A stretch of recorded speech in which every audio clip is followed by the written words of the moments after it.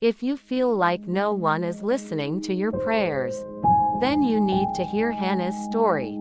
Hannah was the wife of a man named Elkanah. Elkanah also had another wife named Peninnah. Peninnah had children, but Hannah had none. In those days, not having a child was seen as a deep sorrow and a heavy burden for a woman. Because of this, Peninnah would often mock Hannah and make her feel ashamed. Day after day, those painful words broke her heart.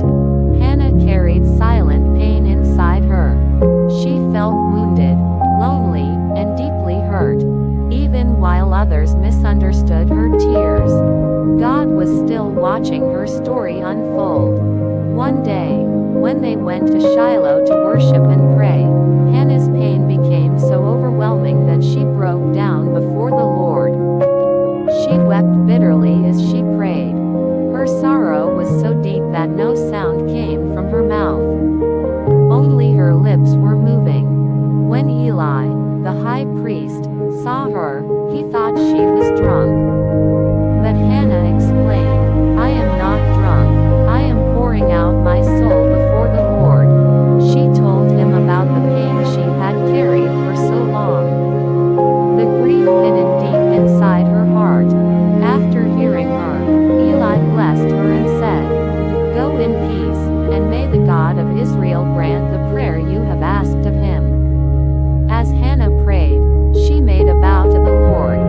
She said, "If you give me a son, I will dedicate him to your service for all the days of his life." God heard Hannah's prayer. In time, she gave birth to a son, and she named him Samuel, which means, "I asked him from the Lord." When Samuel was old enough and no longer needed his mother's care, Hannah did not forget the promise she had made to the Lord. She brought Samuel to the temple in Shiloh and left him with Eli, so he could serve God there. And that little boy, Samuel, later grew up to become one of Israel's greatest prophets and judges. After dedicating Samuel to the Lord, Hannah sang a beautiful song of thanksgiving. In her prayer, she praised God for lifting up the weak and humbling the proud. She rejoiced because the Lord had turned her sorrow into joy. Later, God blessed Hannah even more. She was given 3 more sons and 2 daughters.